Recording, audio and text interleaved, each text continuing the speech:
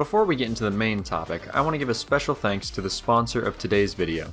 Clearly, if you clicked on this video, you have a thirst for knowledge, but what about your physical thirst? That's where today's sponsor, the Coldest Water, comes in. I know that when I'm playing games or working on videos like this one, I commonly either forget to drink enough or am too lazy to walk up and down the stairs frequently to refill my cup.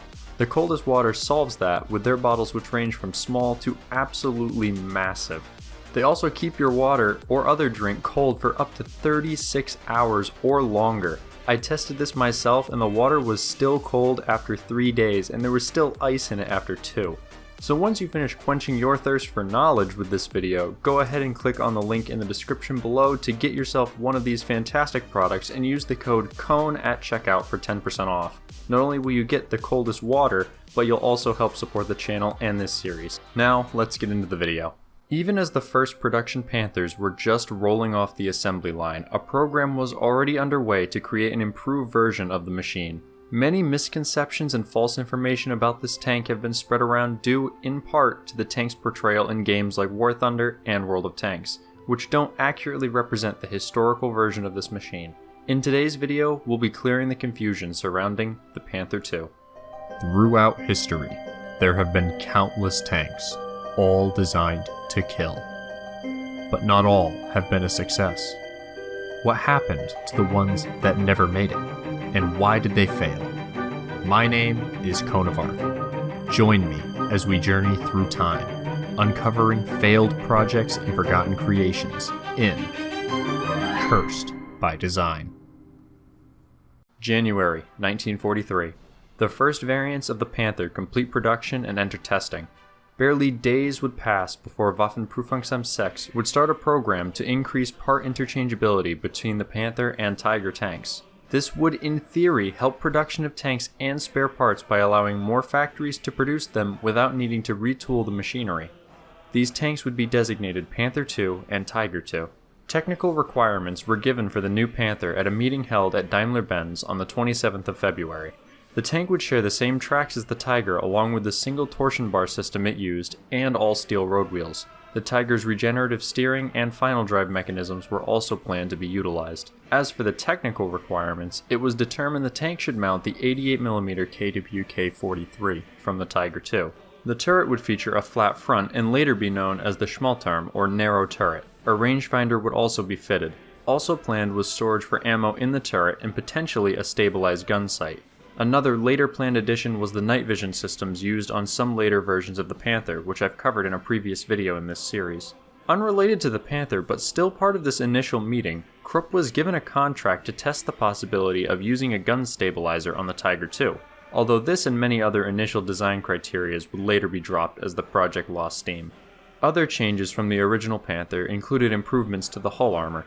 The front was increased from 80mm to 100mm and the sides to 60mm, with only the rear armor keeping the same 40mm as the current tanks. This brought the total weight of the completed tank to 50 tons. This increased armor would be one of the driving factors later in the project's life, which very nearly saw it enter production. Expectations must have been high since it was envisioned that the Panther II would begin production in September of 1943, just 9 months after the Panther itself had begun production. The push for the Panther II was later strengthened as losses due to Soviet anti-tank rifles began to be reported. Due to the Panther's weak side armor of only 40 to 50mm depending on the variant, they became easy targets for these attacks. The Panther II, however, as I mentioned earlier, was planned to have 60mm, which would have greatly reduced the risk posed by the rifles. In a way though, this would also be a nail in the coffin of the project. Although work continued on the project with 2 prototypes being ordered in 1944, focus was slowly fading from the Panther II. In part, this was due to new side skirts added to the sides of the production Panthers, which mostly solved the previous weaknesses to anti-tank rifles, as well as improvements to the tank overall. Mainly though, this was yet another program being squeezed tighter and tighter by increased Allied bombing campaigns. These strained the already struggling German production lines. Due to this, work on the Panther II was all but stopped to put more emphasis on the already in production Panthers. Work had also begun on the E-Series vehicles, which were planned to eventually replace both the Panther and the Tiger, and I'll cover the E-Series in a future video for those of you who want to know more about it. But as for the Panther II, by the end of the war a single prototype was delivered by MAN and later would be fitted with the Panther G turret, but would never see combat as it was captured by the Americans. This tank still exists today, being shipped to Aberdeen after the war and now residing at the General George Patton Museum in Kentucky. The planned Schmalterm turrets were also only produced in very limited numbers by the end of the war, with only one being mounted on a Panther hull as a prototype for the Panther F. Several examples of this turret were captured by the Allies at the end of the war, and the remaining one remains on display at the Bovington Tank Museum, although it is in very poor condition, having been used as a range target after the war. In the end, the Panther II was a design doomed to failure. The short window of design time given to the project would likely have resulted in numerous design flaws if it ever entered production. The increasing weight of tanks was already causing headaches for the German supply lines, and with a weight in excess of 50 tons and with many unproven design elements, this was only asking for trouble. Although this is not to say the project was without merit, as some of the improvements from the Panther II design would see use on the Panther G, and the shift towards interchangeable parts had the potential to ease some of the strain on the factories producing them. As with many late war projects though, it would prove too little too late. Contrary to what you see in games, this tank never was equipped with the 88mm gun it was originally planned to use, and as far as I can tell, the gun was never placed in the Schmalterm turret, and had the tank seen combat, it would have more than likely been essentially just a Panther G with better hull armor. Thanks to all my YouTube members for voting on this topic in the monthly poll. If you want to help decide what I cover in future episodes, please consider joining using the join button or with the link at the bottom of the description to get a bunch of perks and to help support this series and the channel.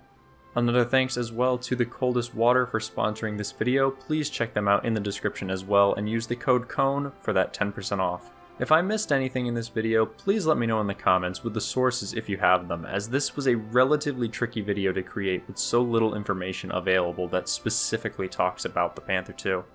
Don't forget to like the video if you did, and subscribe for more videos like it in the future. Now go check out the rest of the Cursed by Design episodes while you wait for the release of the next one, and I hope to see you then.